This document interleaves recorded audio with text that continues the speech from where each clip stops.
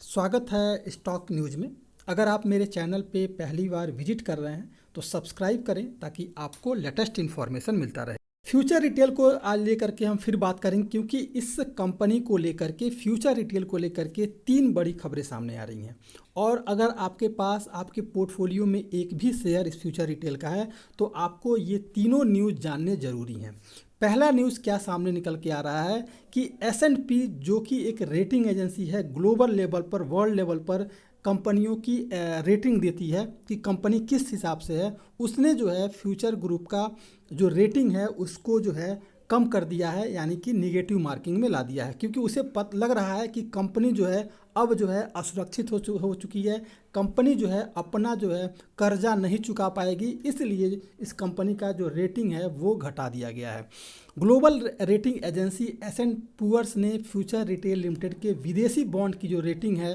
पहले जो इसकी रेटिंग थी CCC थी, अब जो है इसकी CCC कर दी है, जो कि ये दर्शाता है कि ये जो कंपनी है अब काफ़ी असुरक्षित हो चुकी है। और ये रेटिंग जो है कब घटाई जाती है कि जब किसी कंपनी पर ज़्यादा कर्जा हो जाता है और ये कर्जा कंपनी जब नहीं चुका पाती है तो फिर इसकी रेटिंग जो है घटा दी जाती है। तीसरी बात क्या सामने है कि क्यों जो है कंपनी जो है इसकी रेटिंग घटा रही है।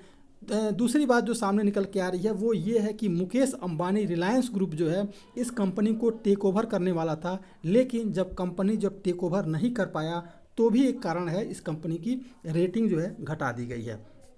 इसके अलावा और भी बहुत सारे कारण है इस कंपनी का रेटिंग घटाने का, जो कि ग्लोबल लेवल पर ये जो रेटिंग एजेंसी है इसने बताया है कि उधारी और डिफ़ॉल्टर होने की बहुत सारी संभावनाओं को देखते हुए भी इस कंपनी की जो है क्रेडिट रेटिंग है वो घटा दी गई है। इसके अलावा अगर आप देखेंगे तो रेटिंग एजेंसी ने बताया है कि अपने बॉन्ड FRL द्वारा डिफ़ॉल्ट को निश्चित रूप से वो देख रहा है कि कंपनी निश्चित रूप से जो है ये डिफ़ॉल्टर हो सकती है। इसके अलावा फ्यूचर ग्रुप की ओर से 22 जुलाई को जब कर्जा का भुगतान नहीं किया गया तो भी जो है इस कंपनी को दोबारा भुगतान करने के लिए कहा गया कि आप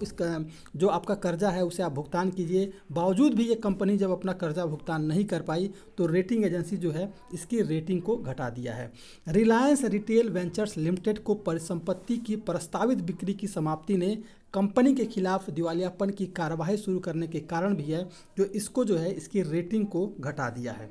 इसके अलावा जो सामने आ रहा है कि बैंक ने जो कर्जा दिया है, बहुत सारे बैंक पर सबसे बड़ा जो बैंक है बैंक ऑफ इंडिया जो कि इसको कर्ज दिया है, इसने जो है बैंक ऑफ इंडिया ने फ्यूचर ग्रुप को कर्ज दे रखा है। और जब ये बैंक जो है कई बार गया कि आप भाई हमारा कर्जा चुका दो, कंपनी अपना कर्जा नहीं चुका पाई, इसलिए क्या हुआ, ये चली गई national company law and tribunal में और वहाँ जाने के बाद से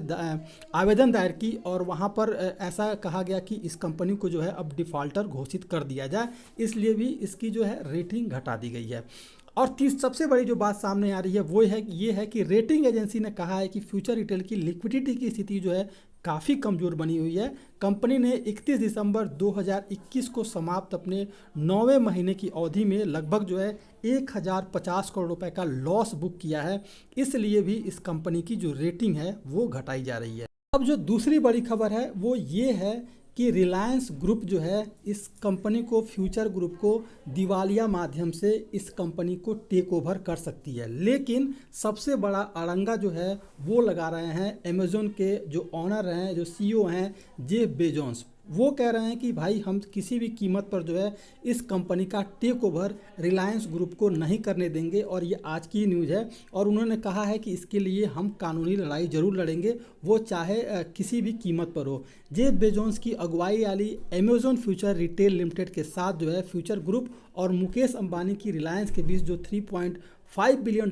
के विलय की संबंधित जो लड़ाई चल रही है वो कहा है अमेज़न की तरफ से कि हम जो आगे भी इस लड़ाई को जारी रखेंगे और फ्यूचर ग्रुप को हम ज़रूर टेक ओवर करना चाहेंगे। तो देखिए ये लड़ाई कब तक चलेगी और कब तक किसके पाले में जाएगा ये अभी कह पाना मुश्किल है। लेकिन अब अगर देखिए, अगर रिलायंस के पास भी अगर ये कंपनी जाती है तो भी हो सकता है कि आपको इसके शेयर में तेज़ी देखने को मिल जाए, या फिर अगर अमेज़न के पास जाती है तो अमेज़न भी अपने आप में बहुत बड़ी कंपनी है, तो अगर उसके पाले में भी अगर ये फ्यूचर रिटेल जाता है तो भी एक तरह से हमारे पास पॉजिटिव न्यूज होगा। लेकिन ये लड़ाई कब तक खींचेगी, कब तक चलेगी, ये कह पाना मुश्किल है। इसलिए तब तक हो सकता है कि आपको इसके शेयर में लगातार गिरावट देखने को मिल सकती है। इसके अलावा जो है फ्यूचर रिटेल के खिलाफ जो है अमेज़न जो है अपनी मध्यस्थता जारी रखेगा, ताकि किसी भी कीमत पर जो है रिलायंस इंडस्ट्री को ये फ्यूचर रिटेल ग्रुप ना जाए, बल्कि इसके पास आ जाए। रिलायंस इंडस्ट्री के साथ जो है 24,713 करोड़ रुपए का जो सौदा